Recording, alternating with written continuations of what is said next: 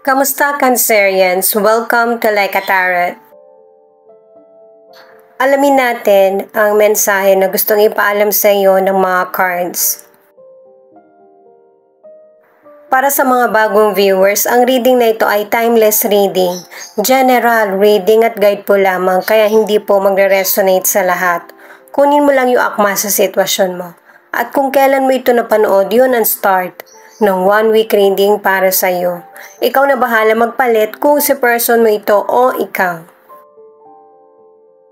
Kung ano ipapakita ng cards, sasabihin ko yung zodiac sign. Pero kapag nakabaliktad, hindi ko sasabihin.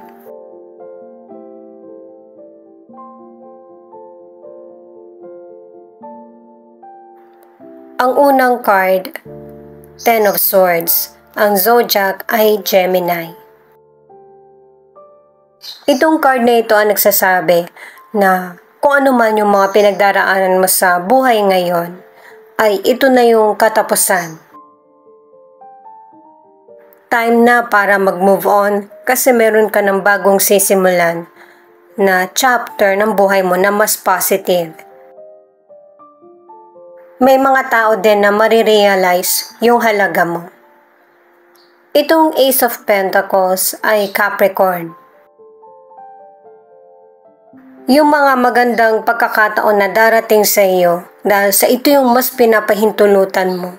Mas magbibigay sa iyo ng prosperity, magandang kalusugan, bagong negosyo, at saka makakatanggap ka rin ng financial or yung karir mo or negosyo ay magiging stable. Kaya huwag kang malungkot kung merong natatapos sa buhay mo kasi mas maganda yung paparating. Ang ilan sa inyo sa negosyo magkakaroon ka ng bagong business or palalawakin mo ito. Ipaparehistro mo din ito. At saka kung hindi man ito nangyayari ngayon, huwag ka mag-alala. Malaki yung potential mo at saka masipag ka. Kaya ma-achieve mo kung ano yung gusto mong outcome sa buhay very soon. Pero alam mo base sa mga cards mo, yung mga taong nagpahirap pa sa'yo o nagpalungkot ang nag-push sa'yo para magtagumpay. Six of Cups, Scorpio. Kahit na meron ka mang pinagdaraanan sa buhay, mabuti ka pa rin sa kapwa mo. At saka maganda pa rin yung intention mo sa buhay. Kaya binigyan ka ng magandang pagkakataon ng universe para maging secure at happy. Kahit hindi dun sa mga taong inaasahan mo. Pero nagiging happy ka sa ibang family member or tao na nakapaligid sa iyo. Single ka man or nasa relationship, nakaranas ka ng betrayal sa kaibigan or sa karelasyon. Para sa mga single, may potential person na lahat ng pwede niya magawa ay gagawin niya para piliin mo siya.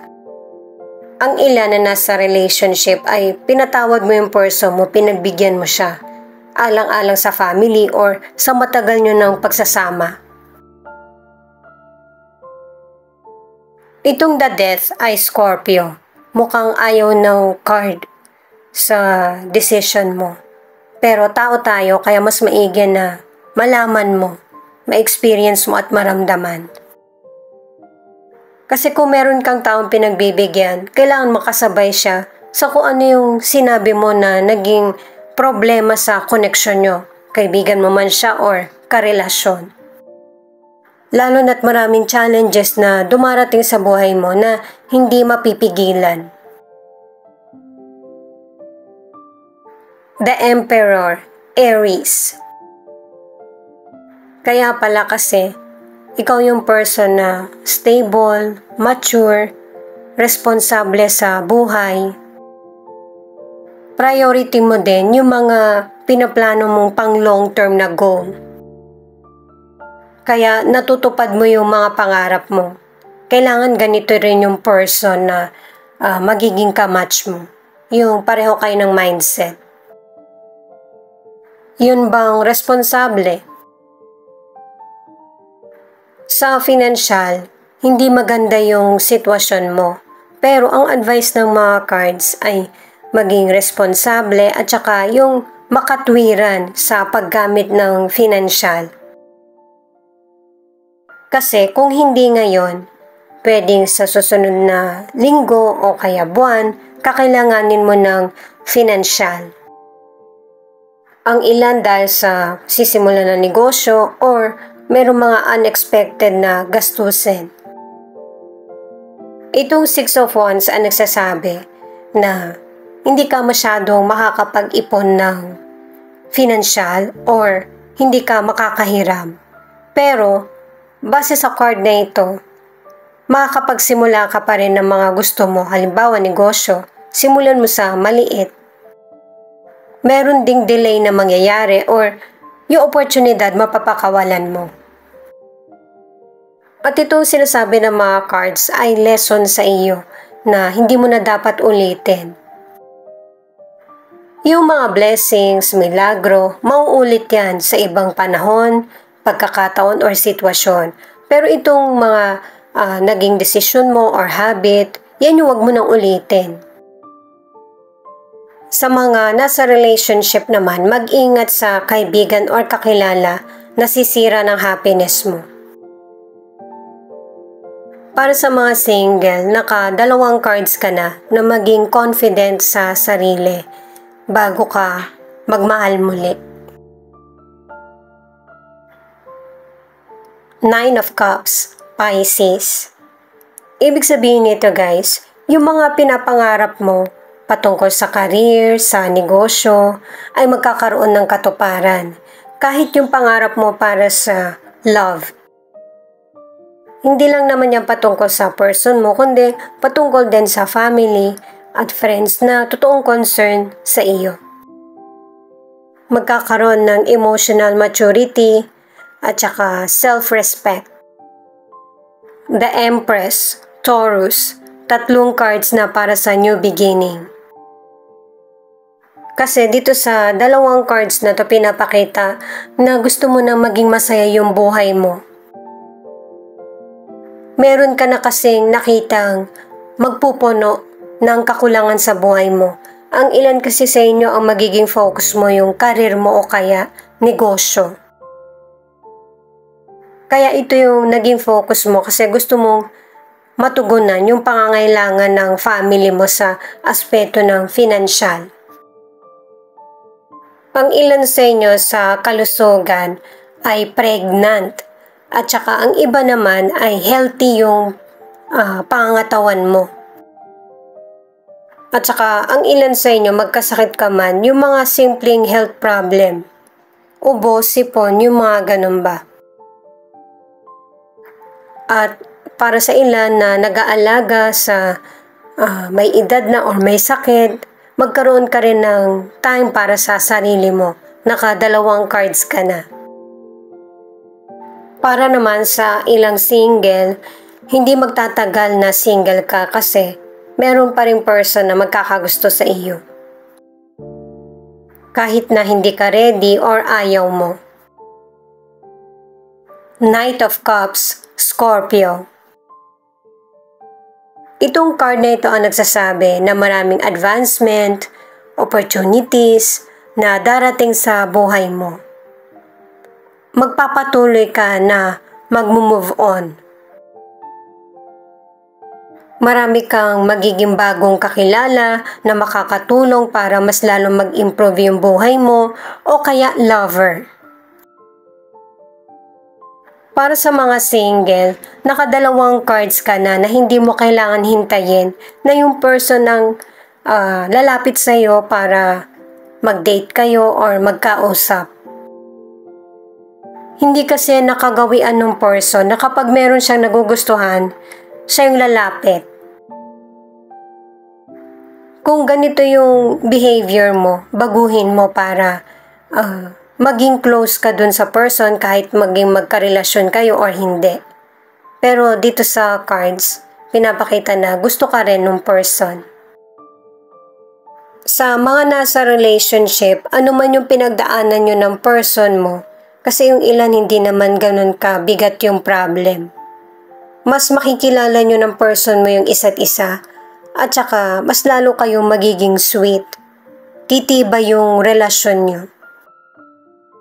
Mas lalong magkakaroon ng bigger commitment. Itong it's time to play kasi nga ang ilan sa inyo nafo-focus ka na lang sa career, sa negosyo mo o kaya sa ibang responsibilidad, magkaroon ka rin ng time na mabalanse yung buhay mo sa mga kailangan mo. Ayan, pangalawang card na ito na nagkakaroon ng katuparan yung mga pangarap mo kasi ibinibigay ng langit yung mga kahilingan mo or minamanifest. Hindi kasi pang sarili lang yung kahilingan mo. Merong good intention. Itong open up to your spiritual gifts. Lahat naman tayo, malakas yung kutob natin. Meron tayong power, pero hindi lang natin nagagamit or hindi pinapansin. Binibigyan ka ng mensahe ng universe para sa ikakabuti mo at yung tamang direksyon ang piliin. Pero base sa mga cards mo, tama naman yung mga decisions mo at saka nasa timing kung kailan ka bibitaw at saka kung anong dapat ipagpatuloy. At saka kung mapapansin mo, mas blessed ka sa career or negosyo dito sa mga cards. Pero hindi naman yung tagumpay ang nananaig sa'yo. Nababalanse mo pa rin kung ano pa yung ibang parte ng buhay mo na kailangan din bigyan ng pansin. Siya nga pala, thank you sa mga nag-like, share, comment, and subscribe. Ingat po kayo palagi saan man kayo naroon. Ito naman yung angel number mo. 101. You may be struggling with negativity and you need to refocus. Yun nga talaga, no? Kasi merong person na nagpalungkot sa iyo sa mga decisions niya. Real love is coming into your life. Your twin flame is attracted to you. O diba? Kaya kailangan ikaw mismo yung kumilos, huwag kang maghintay. Ang ilan din kasi sa mga single kontento na sa pagiging single. Ayan, nakadalawa ka na. 101. Take it as a sign that your thoughts and wishes will come true. Ayan, pangatlo na to na magkakaroon ng katuparan yung mga pangarap mo. Alamin naman natin yung final card.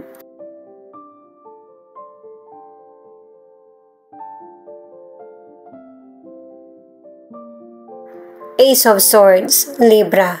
Kung ano man yung mga nangyayaring negativity sa sitwasyon mo, ikaw na mismo yung magtatapos nito. Nakadalawang cards ka na. Mas ipagpapatuloy yung ikakabote at yung may magandang resulta na sitwasyon. Itong 5 of Pentacles ay Taurus. Magkaroon ka man ng problem sa future, hindi na to yung magpapahina sa iyo. Marami ka nang magiging sources para matugunan yung mga pangangailangan mo at ma-overcome yung mga challenges na nangyayari sa buhay mo. Itong 5 of Swords ay Aquarius. Ito yung card na nagsasabi na huwag kang mawalan ng pag-asa at saka hindi ka natalo sa sitwasyon. Mas angat ka pa nga kasi nawala na sa iyo yung mga negative na person or situation. Mas lalo ka pang magiging matatag at matagumpay. May mga magandang resulta din yung mga bago mong sisimulan.